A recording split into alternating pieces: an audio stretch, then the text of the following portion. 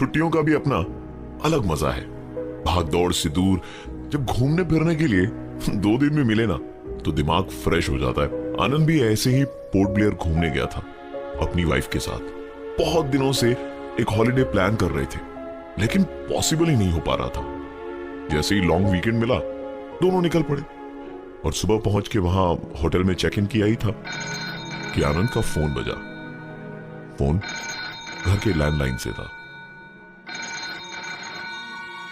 घर पे तो कोई था ही नहीं क्योंकि घर में आनंद और उसकी वाइफ सलोनी के अलावा और कोई रहता ही नहीं था। अगर घर पे कोई नहीं था तो फोन कैसे आ रहा है? आनंद ने झट से फोन उठाया लेकिन कई बार हेलो हेलो कहने के बाद भी दूसरी तरफ से कोई आवाज नहीं आई।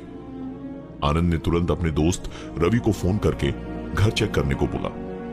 रवि ने चेक करके कंफर्म किया कि सब कुछ ठीक है, दरवाजे पे ताला भी लगा हुआ है। मेरे ख्याल से कोई दिक्कत की बात नहीं है।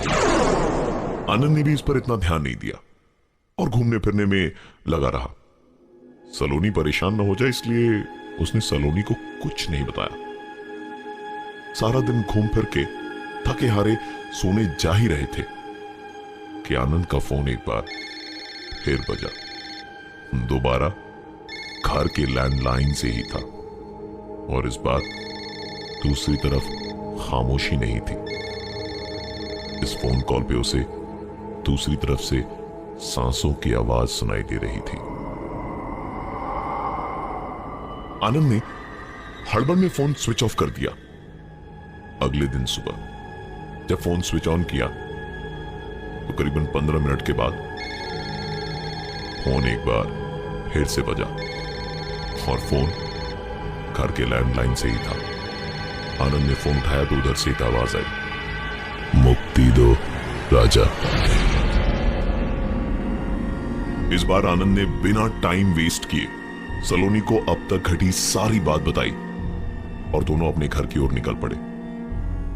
घर पहुंच के दरवाजा खोला तो सामने दीवार पे लिखा था, मुक्ति दो राजा।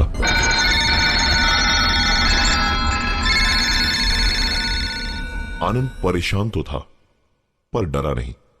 रात को सलोनी तो सो गई लेकिन आनंद को न जाने किस कारण नींद नहीं आ रही थी। लेटे लेटे ही उसने एक आवाज सुनी। नाइट लैंप की रोशनी में देखा तो अलमारी का हैंडल अपने आप धीरे धीरे खुल रहा था। आनंद उस अलमारी के हैंडल को देख ही रहा था कि उसका मोबाइल बजा। नंबर देखा तो एक बार फिर नंबर हॉल में रखे उसके लैंड फोन का था। आनंद उठ के हॉल में गया तो देखा फोन वैसे का वैसे ही पड़ा है।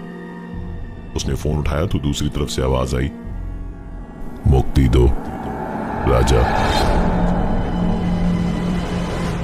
इस बार आनंद अपना पेशेंस खो बैठा था। फोन की लाइन डिस्कनेक्ट कर उसने पीछे से तार निकाला और कहने लगा, तुम जो कोई भी हो मैं तुमसे डरता नहीं। हॉल से गुजरते हुए आनंद वापस कमरे के अंदर गया। कमरे में गया तो अलमारी खुली पड़ी थी।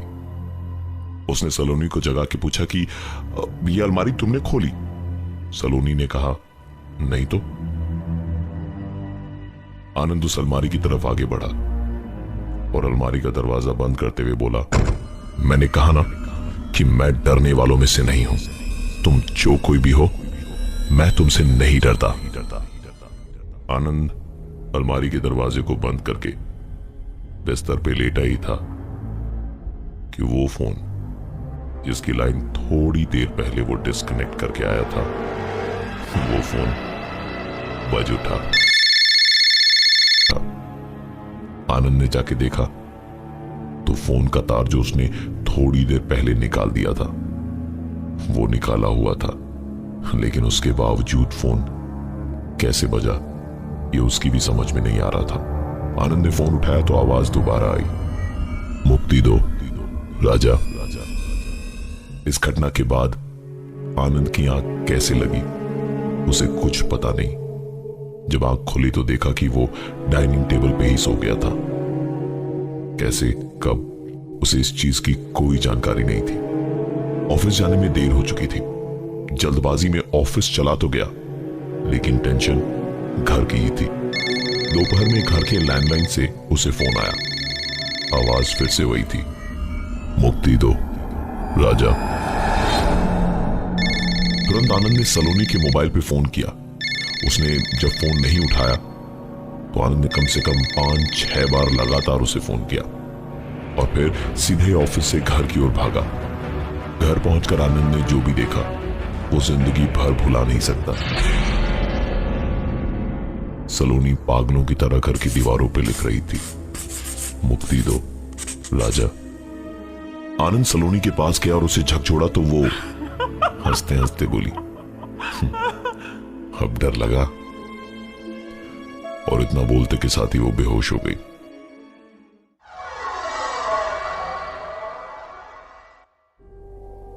आनंद उसे उठाकर बेडरूम में ले गया और तभी हॉल में रखा लैंडफोन बज उठा। दूसरी तरफ से फिर वही आवाज आई, मुक्ति दो राजा। कमरे में दौड़ता हुआ वापस गया तो देखा सलोनी पलंग पे सर झुकाए बैठी थी और उंगली अलमारी की तरफ उठाए हुई थी।